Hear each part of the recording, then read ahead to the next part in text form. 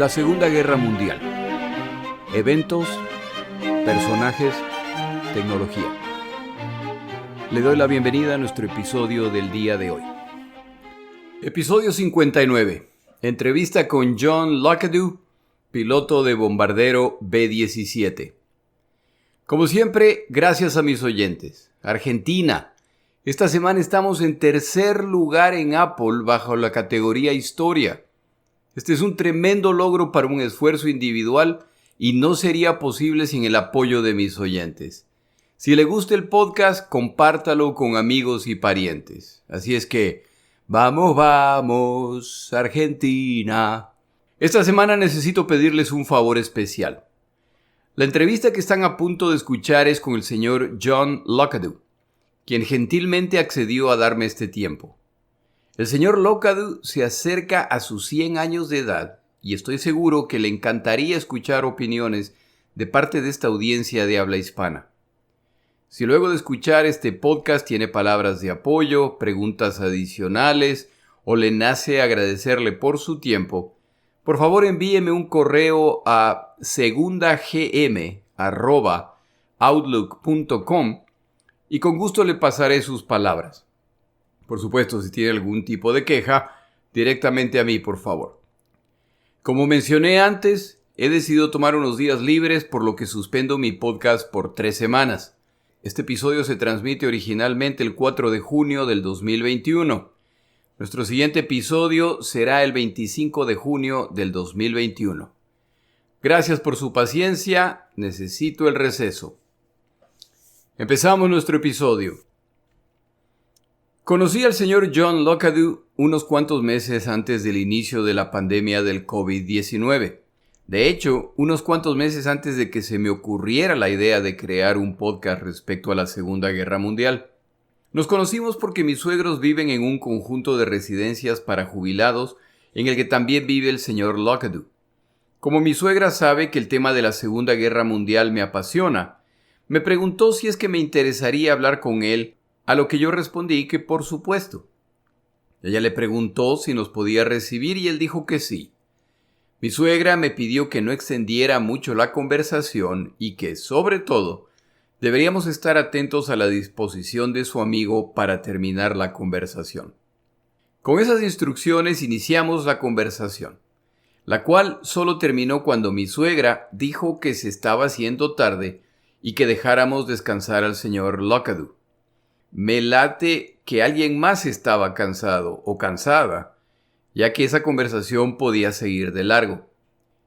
Ya de salida, el señor Lockwood me enseñó las fotos de su bombardero, los recortes de periódico de la época, fotos de su esposa que murió hace unos pocos años y recuerdos de distintos tipos.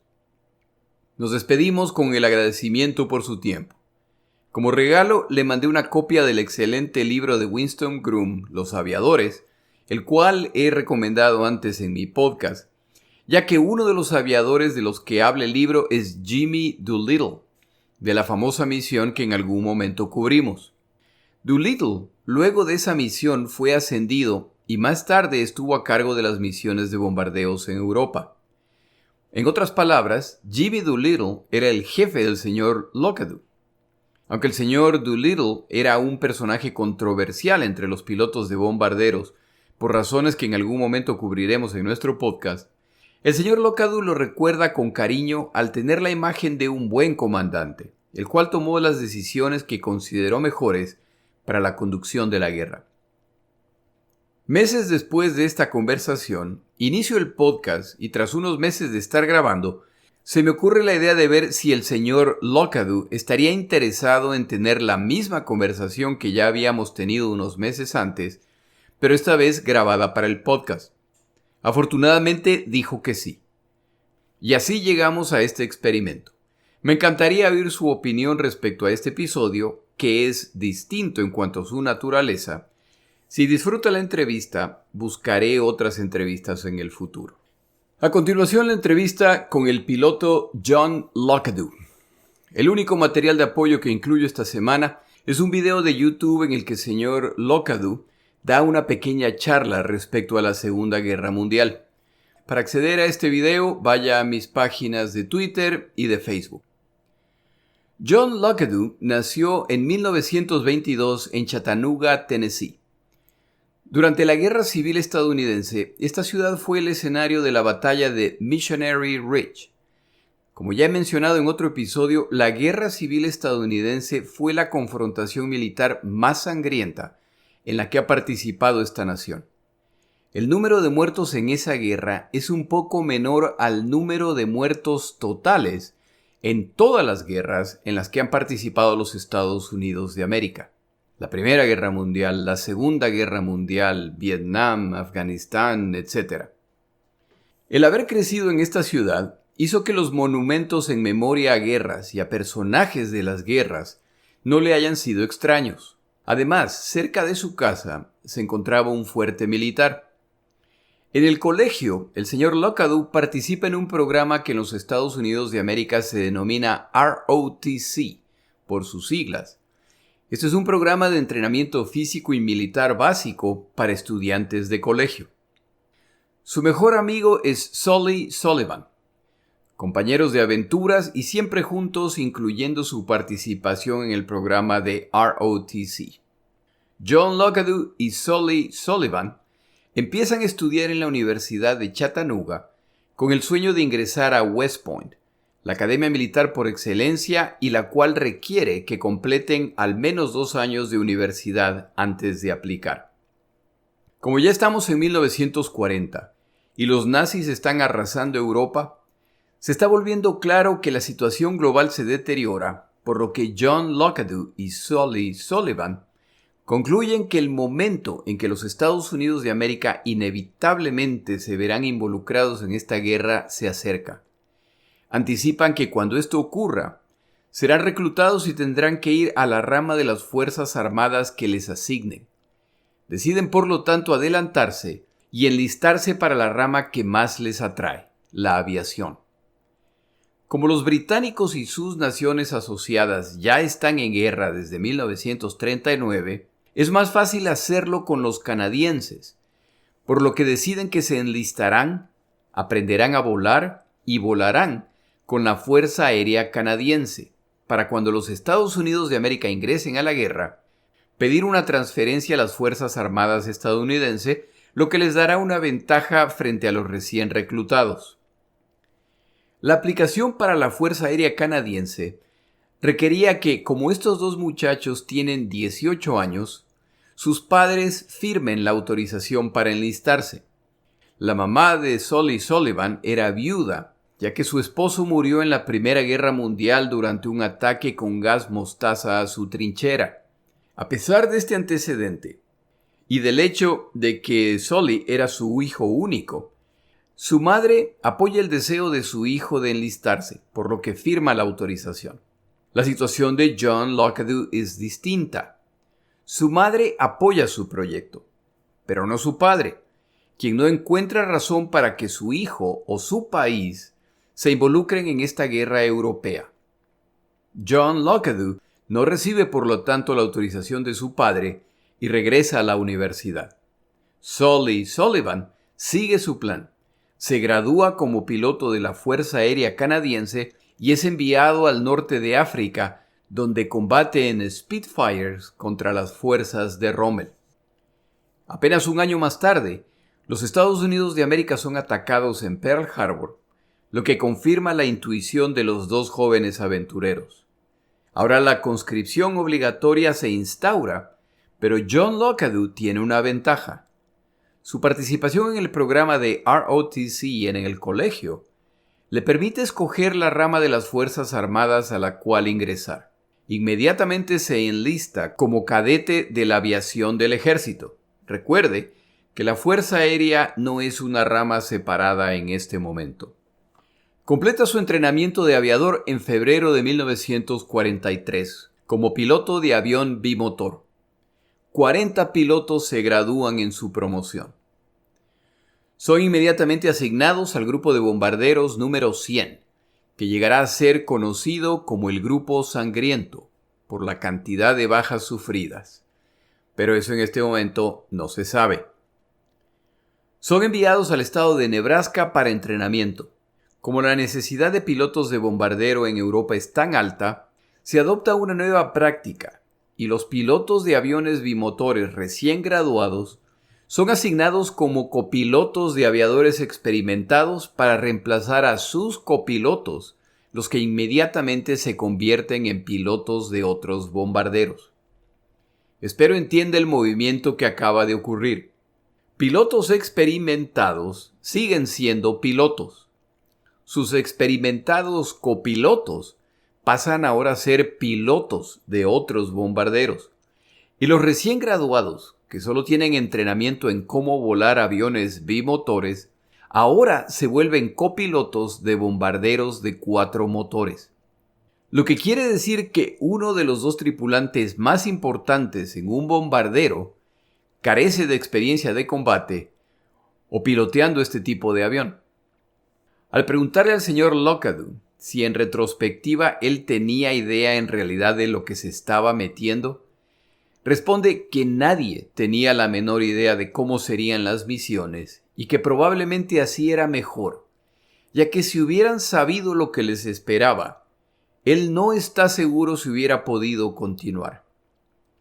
Comenta además que ellos fueron en realidad conejillos de indias, ya que la estrategia de poner pilotos novatos a volar como copilotos en ataques con grandes números de bombarderos durante el día no había sido lo suficientemente probada.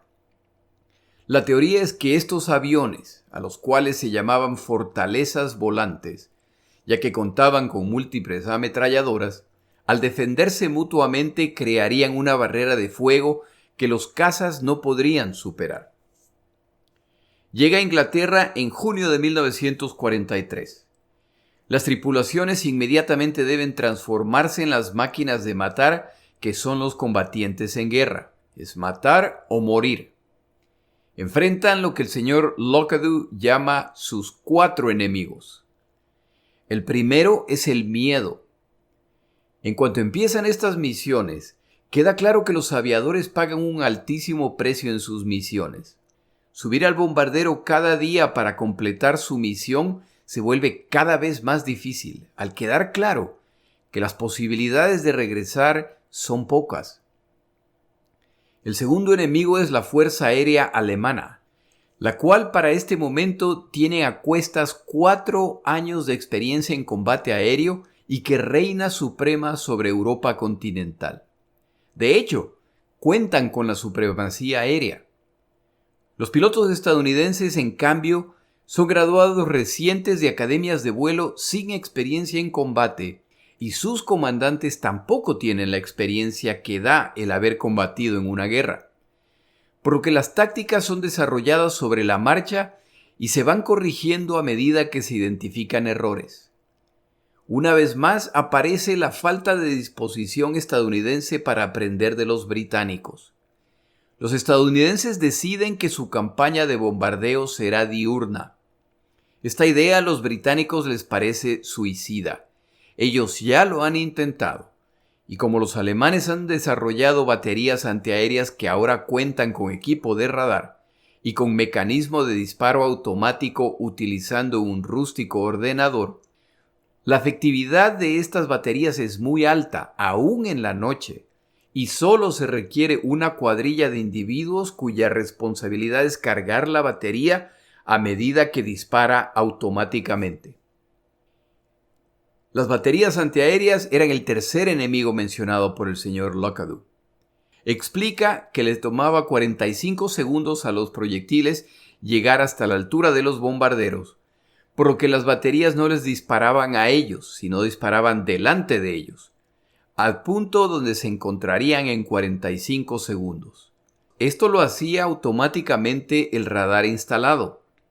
Los bombarderos no tenían ningún tipo de defensa contra las baterías antiaéreas. Solo podían enfrentarla y rogar que sobrevivirían.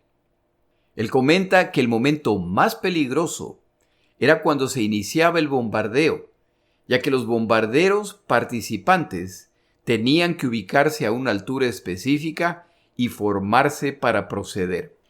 La etapa de bombardeo tomaba entre 5 y 10 minutos, Era entonces cuando el fuego antiaéreo era más letal. En este momento, el señor Lockadoo me cuenta algo que yo no sabía. En cuanto los bombarderos se forman para iniciar el bombardeo, el tripulante a cargo del bombardeo, al que se lo llamaba bombardero, activaba el mecanismo para apuntar, y una de las cosas que hacía este mecanismo era activar el piloto automático del avión para asegurar un trayecto estable, lo que hacía posible el cálculo para lanzar las bombas. Durante este proceso, el piloto y el copiloto simplemente miraban lo que ocurría a su alrededor mientras el avión volaba por sí solo. Por supuesto, este mecanismo no toma en cuenta el fuego antiaéreo que están recibiendo o que los cazas se acercan a terminar el trabajo. Este mecanismo de bombardeo calcula la velocidad, la altura, las corrientes de viento alrededor del avión y determina el momento en que se deben soltar las bombas. Este mecanismo, sin embargo, no considera otras corrientes de aire que existen en los aproximadamente 8 kilómetros de distancia entre el bombardero y su objetivo. Estas corrientes de viento cancelan la precisión del mecanismo de bombardeo. El señor Lockadoo comenta que al inicio de su participación en la guerra, todos los bombarderos contaban con este mecanismo para apuntar, por lo que al llegar al blanco, todos los bombarderos pasaban a este sistema de piloto automático. El problema con esta idea es que todos los aviones empiezan a converger hacia el mismo punto, y el tripulante, llamado el bombardero, no ve lo que está ocurriendo alrededor o lo que está ocurriendo con el resto de aviones, por lo que el riesgo de colisión se incrementa. A la larga, esta práctica se abandona y solo el bombardero líder contaba con este mecanismo. La tarea de los otros aviones era soltar sus bombas en cuanto el avión líder lo hacía. Así se golpeaba el área completa de una vez. El señor Lockadoo, sin embargo, no está convencido que aún ese cambio incrementó considerablemente la precisión de los bombardeos. El cuarto enemigo que menciona John Lockadoo es el frío, el enemigo invisible al que todos temían. Para sus misiones volaban a alturas de hasta 30,000 pies, en que la temperatura dentro del avión descendía hasta 45 grados centígrados bajo cero.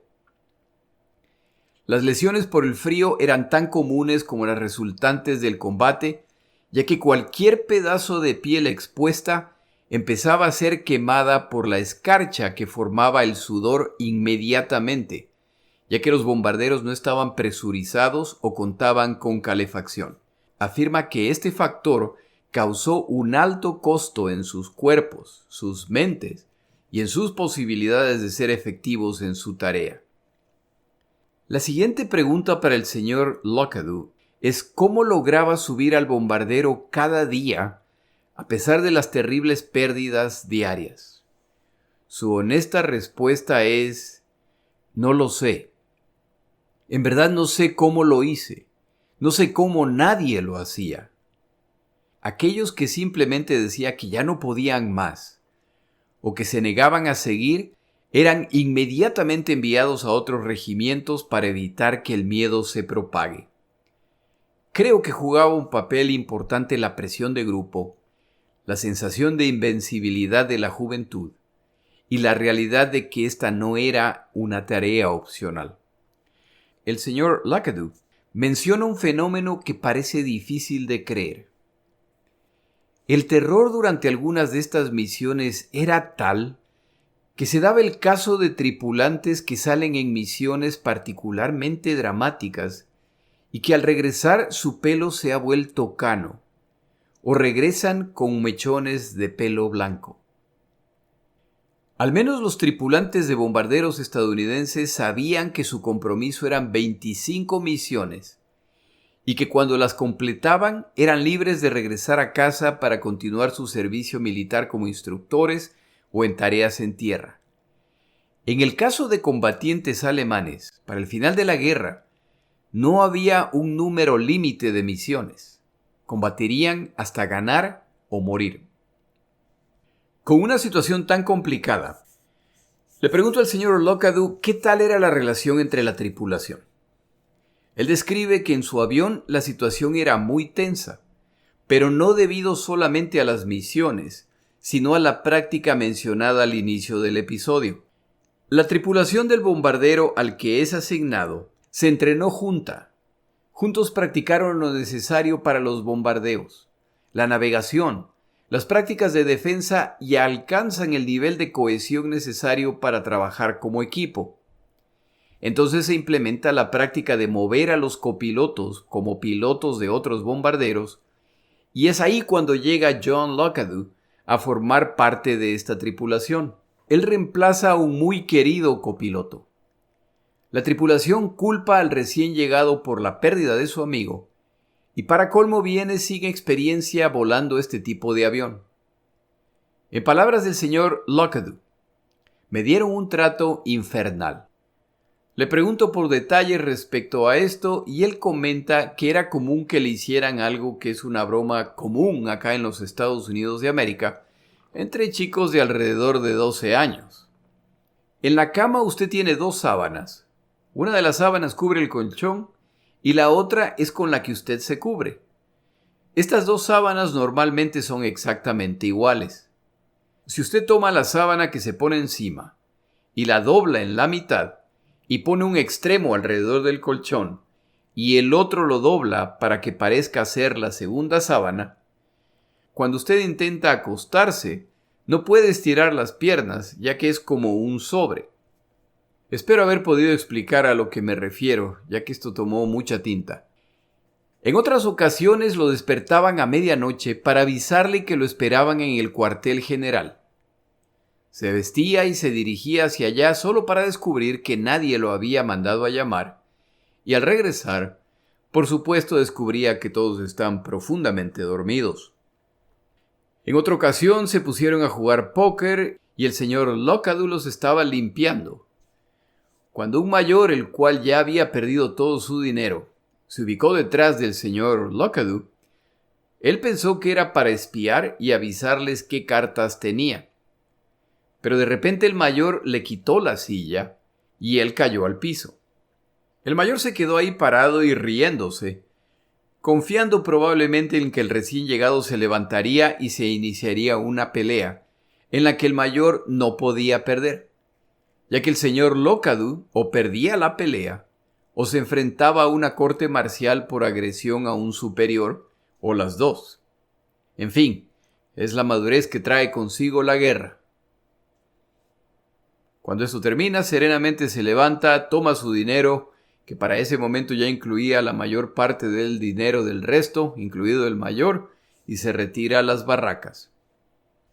La relación con el resto de la tripulación mejora debido a un incidente. Su misión inicial era llegar a Escocia en un vuelo de 12 horas desde Canadá. El rango del B-17 era de aproximadamente 7 horas, porque debían llenar el bombardero con combustible adicional para este larguísimo vuelo. Y aún así, para completar el trayecto, debían contar con viento de cola, en otras palabras, un viento que soplaba en la dirección en la que volaban. Llegan a la costa este canadiense para iniciar el vuelo desde ahí en cuanto las condiciones ambientales sean ideales. Deben esperar algunas semanas, periodo en el cual el piloto del bombardero conquista a una de las enfermeras locales y empiezan su aventura amorosa. El romántico piloto descubre que tiene una enfermedad venérea, por lo que debe iniciar el tratamiento. Tras 2 semanas de espera para que se recupere el piloto, es declarado sano y se le ordena despegar en cuanto pueda. El piloto estaba en tal condición que era casi incapaz de mantenerse en pie como resultado del tratamiento. La tripulación decide que la única opción viable es que el novato pilotee el bombardero. El señor Lockadoo les recuerda cómo lo han tratado hasta el momento y amenaza al bombardero, al tripulante a cargo de identificar los objetivos, de que si no encuentra la pista en la que deben aterrizar en el primer intento, personalmente lo lanzará del bombardero sin paracaídas. El vuelo transcurre con tensión pero sin novedades y el bombardero encuentra la pista en Escocia al primer intento, por lo que aterrizan sin problemas. John Lockwood ha ganado su puesto entre la tripulación. Su primera misión fue contra instalaciones navales alemanas en la costa europea. Con esta tripulación llega retrasado como resultado de las aventuras del romántico piloto. Salen a su primera misión sin nunca haber practicado. Simplemente seguirán al resto y lanzarán sus bombas cuando se lo ordenen. La misión es un fracaso, ya que las instalaciones alemanas estaban ubicadas detrás de gruesas paredes de concreto. Lo que inmediatamente le queda claro al señor Lockwood es que los pilotos de caza alemanes son profesionales enfrentándose contra pilotos estadounidenses casi aficionados. Las tripulaciones de bombarderos estadounidenses, por lo tanto, o aprenden rápidamente o no sobrevivirán. Le pregunto al señor Lockwood cómo era la misión típica. Los despertaban a las 3:30 de la mañana. Normalmente había niebla y muchas veces lluvia.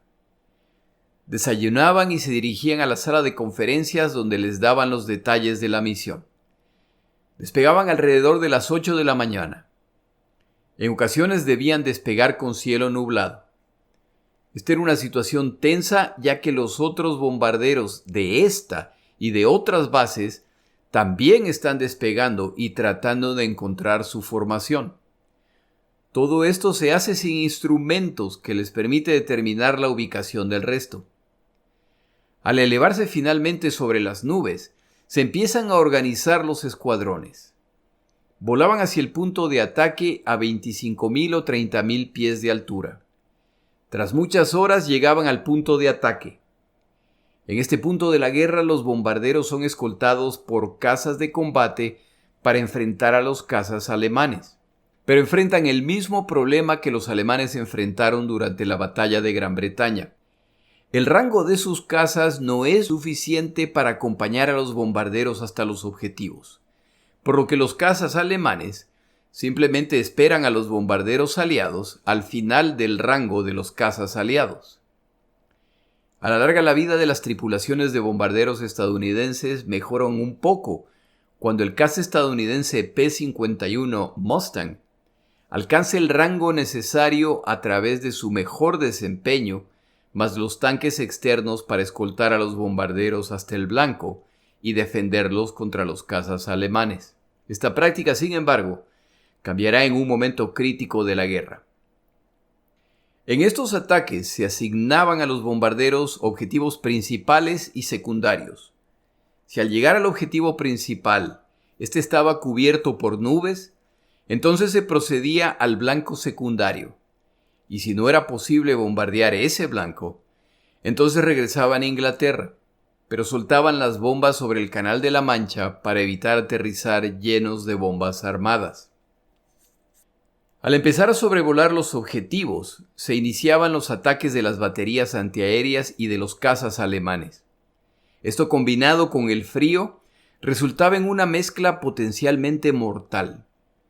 Aunque la temperatura, como dije antes, dentro del avión podría alcanzar hasta 50 grados bajo cero, la tensión, el terror de ver cazas que intentan derribarlos, el fuego antiaéreo, el presenciar bombarderos siendo destruidos y que se desploman en llamas, resultan en transpiración, la cual, en cuanto abandona el cuerpo, se congela y empieza a bloquear las máscaras de oxígeno, por lo que además de todo lo demás que está ocurriendo, no podían descuidarse, ya que podían morir asfixiados sin darse cuenta.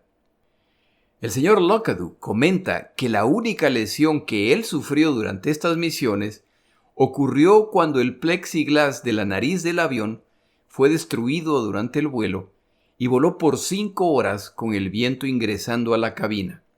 Sufrió quemaduras en los pies causadas por el frío. Al llegar tuvieron que calentar los pedales ya que sus botas estaban pegadas a estos. Casi pierde sus dedos y es hospitalizado por 10 días. Y esa no fue su peor misión. Esto ocurrió el 8 de octubre de 1943, su 22ª misión. Esta además era su primera misión con un nuevo avión y con una nueva tripulación, ya que su antigua tripulación había completado sus 25 misiones. Él no voló con ellos al estar hospitalizado. Esta primera misión con la nueva tripulación y avión es contra Bremen, muy adentro de Alemania y cerca de Berlín. El fuego antiaéreo, en palabras del señor Lockadoo, era tan denso que si querían podían aterrizar sobre este y tomar un descanso. Humor de pilotos. Para colmo, los cazas alemanes están atacándolos en medio del fuego antiaéreo, lo que es extremadamente agresivo, ya que los mismos cazas alemanes se exponen a ser derribados. Pierden 12 de los 18 bombarderos de su grupo al intentar acercarse al objetivo. El señor Lockadoo fue el único líder de vuelo no derribado, pero son impactados en su motor número 3, por lo que su velocidad se reduce. Afortunadamente, él y los sobrevivientes en otros bombarderos logran regresar al ser alcanzado por otro grupo de bombarderos que también regresaba, lo que les da protección adicional. En esta misión presenció un evento inusual que dejaba claro la ferocidad con la que defenderían los alemanes su territorio. Son atacados casi de frente, a las 11 en punto, por 2 cazas alemanes, uno de los cuales vuela directamente contra el bombardero enfrente de su avión y deliberadamente se estrella contra el bombardero, lo que destroza los 2 aviones inmediatamente y todos mueren. El señor Lockadoo no se atreve a asegurar que fue un ataque suicida. Tal vez fue simplemente un piloto que muere al ser impactado y el caza simplemente siguió en la ruta en la que se encontraba en ese momento. En el bombardero derribado muere el jefe de operaciones del grupo, quien entre otras tantas tareas es responsable por escribir cartas para las familias de los que mueren en combate. Esta vez es el turno de su familia. Esto transforma al señor Lockadoo en jefe de operaciones del grupo a pesar de ser simplemente un subteniente. Le faltan solo 3 misiones para regresar a casa. Ha completado las primeras 22 en apenas 3 meses. Le tomará otros 6 meses completar las restantes, al producirse una serie de cambios en que por ser el jefe de operaciones se espera que en algunas misiones ocupe la posición de artillero de cola, de ser necesario. Este es el artillero a cargo de las 2 ametralladoras en la parte posterior del bombardero, una posición para la cual él no tenía ninguna experiencia. Tras una misión en esta posición, se niega a volar en misiones adicionales. Su experiencia y el hecho de que es un piloto resulta en que si apruebe su solicitud, solo podrá volar cuando una tripulación necesite un piloto o un copiloto. Meses más tarde finalmente completa sus 25 misiones. Al aterrizar por última vez le flaquean las piernas, en gratitud con el buen Dios que le ha permitido sobrevivir cuando muchos otros no lo lograron. Es simplemente un alivio. Su primera acción es besar el piso. Después de todo, de los 40 pilotos graduados en la escuela de vuelo con el señor Lockadoo, solo 4 completan sus misiones. De los 36 restantes, los pocos que no murieron terminaron como prisioneros de guerra. De regreso en los Estados Unidos de América, conoce a la que será su esposa al ser enviado a Texas para aprender a volar por instrumentos. La conoce durante unas citas ciegas. Permanece en las Fuerzas Armadas y es entrenado en el más moderno de los bombarderos estadounidenses, el B-29. Le comunican que debe prepararse para ser enviado a combatir en el Pacífico. Pero la guerra termina repentinamente antes de ser enviado a esa zona. Paso entonces a temas varios cubiertos durante nuestra entrevista. Cuando pregunté a mis grupos de Twitter y Facebook qué les gustaría preguntarle a este piloto, Una de las preguntas fue si alguna vez pensaban en los civiles que estaban matando con estas bombas. La respuesta del señor Lockwood es: la verdad es que sí pensábamos en los civiles que eran afectados por los bombarderos, al carecer de la precisión esperada. Pero si me preguntas si nos importaba mucho su suerte, la respuesta es no. Aunque suene frío, no. La razón es que esa nación ahí abajo estaba apoyando a un dictador que estaba destrozando al mundo, y cuando ellos iban a trabajar, cuando ellos se involucraban en el sistema, estaban mostrando su apoyo por Hitler. La siguiente pregunta es respecto a la precisión de los bombardeos, y le menciono el estudio británico que indicaba que más del 90% de las bombas lanzadas ni siquiera caían cerca del blanco. Mi pregunta es si se incrementó la precisión a medida que la guerra avanzaba. Y él responde que en realidad no. La situación mejoró cuando fue posible instalar el radar miniaturizado inventado por los británicos, el cual podía utilizarse ya que las ondas del radar permitían identificar la ubicación de blancos en tierra, incluso a través de las nubes. El señor Lockwood menciona que voló 21 de sus 25 misiones en un B-17 que no contaba con radar. Completó sus 4 misiones finales en otros bombarderos que sí tenían radar, por lo que tuvo la oportunidad de verlo en acción. Le pregunto además respecto a su amigo de la niñez, Sully Sullivan, ¿qué fue de su vida? Durante el tiempo que el señor Lockwood está en Inglaterra, su amigo Sullivan termina su tour en el norte de África y es transferido a Inglaterra. Un día se encuentra en Inglaterra y el señor Lockwood lleva a su amigo a volar en su B-17. Sully Sullivan no está impresionado y simplemente le dice Lucky, su apodo. Esto no es volar. Tú no eres más que un camionero con alas. Nunca sabrás lo que es volar hasta que hayas volado en mi Spitfire. Y lo invita a hacerlo. Con cierta vacilación, el señor Lockwood acepta la invitación y vuela en un Spitfire y, de acuerdo a sus palabras, logró no matarse en el proceso.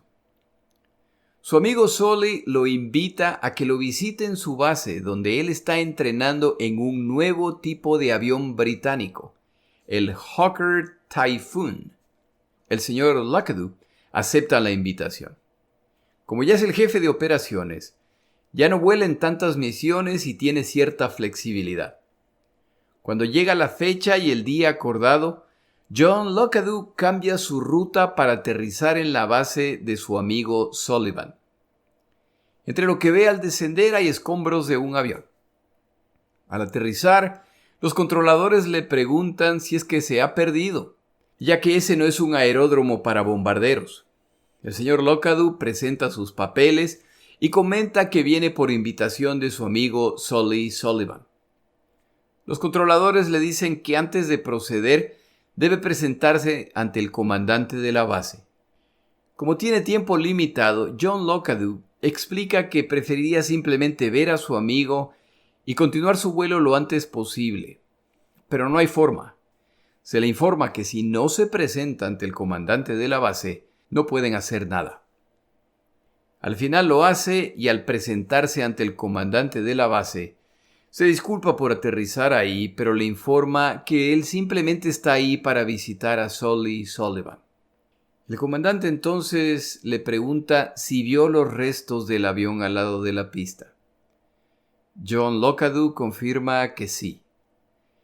Y el comandante le informa que ese era el avión de Sullivan, quien murió el día anterior.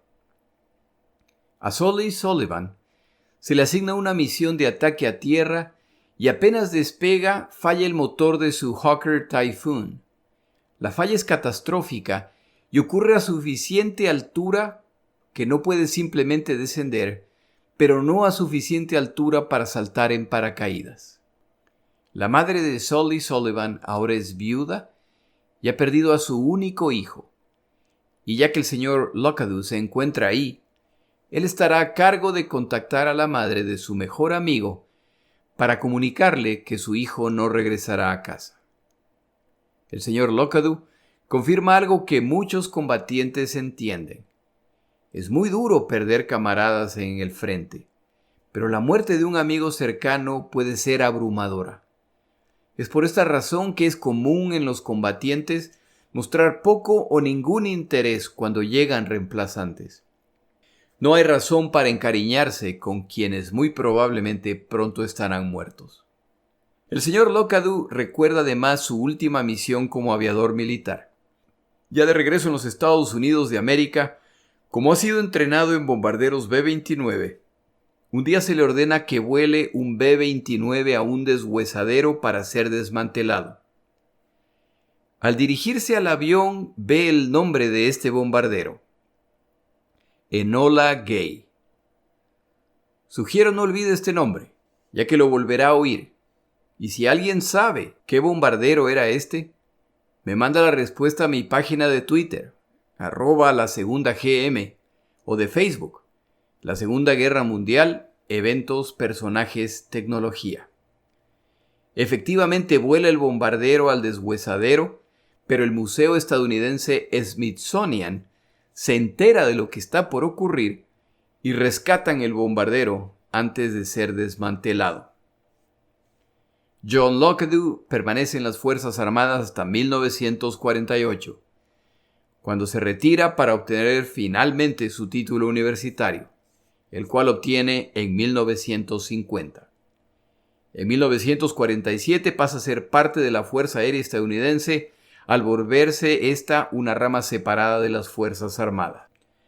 Nos acercamos ya al final de la entrevista tras cerca de 1 hora y 40 minutos de conversación, por lo que llego a las preguntas finales. ¿Ha tenido el señor Lockwood una buena vida?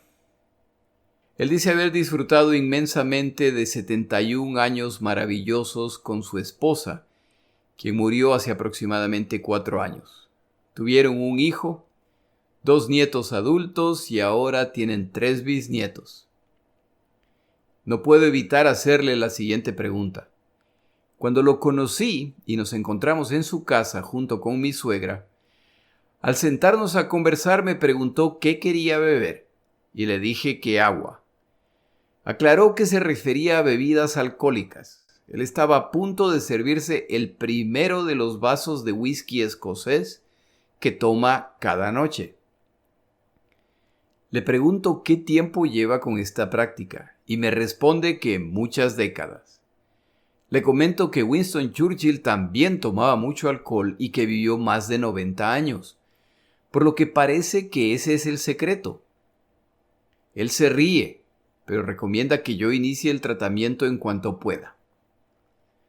Les paso esta receta a mis oyentes en caso les sirva. Finalmente, ¿qué opina John Lockwood de la guerra? Él comenta que inmediatamente después del final de la Segunda Guerra Mundial se inicia la Guerra Fría. Unos pocos años más tarde ocurre la guerra en Corea. A los pocos años le sigue la guerra de Vietnam. Luego viene la guerra en Irak. Luego viene la invasión a Afganistán, tormenta del desierto, algunas de las cuales todavía no han terminado. El señor Lockwood menciona todos estos conflictos solamente para recalcar que aunque los Estados Unidos de América se consideran una nación de paz, han estado involucrados en conflictos durante toda la adultez de este hombre que ya se acerca a los 100 años de edad. Él concluye que en la guerra no hay ganadores. Todos son víctimas a la larga. Los ganadores tienen por decencia que ayudar a los derrotados a recuperar sus naciones, su gente, su economía.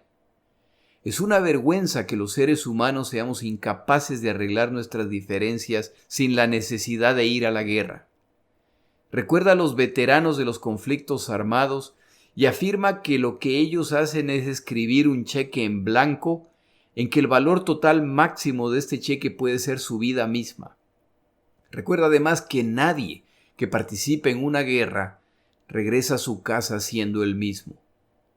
Su mensaje central: la guerra es inútil. es fomentada por hombres viejos que mandan a jóvenes a pelearlas. Le pregunto al señor Locadou si le gustaría mandarles un mensaje, y él graba lo siguiente. Vaya con Dios. En nuestro siguiente episodio, al regresar de mis vacaciones, regresamos a Europa. Mi nombre es Jorge Rodríguez. Gracias por acompañarme.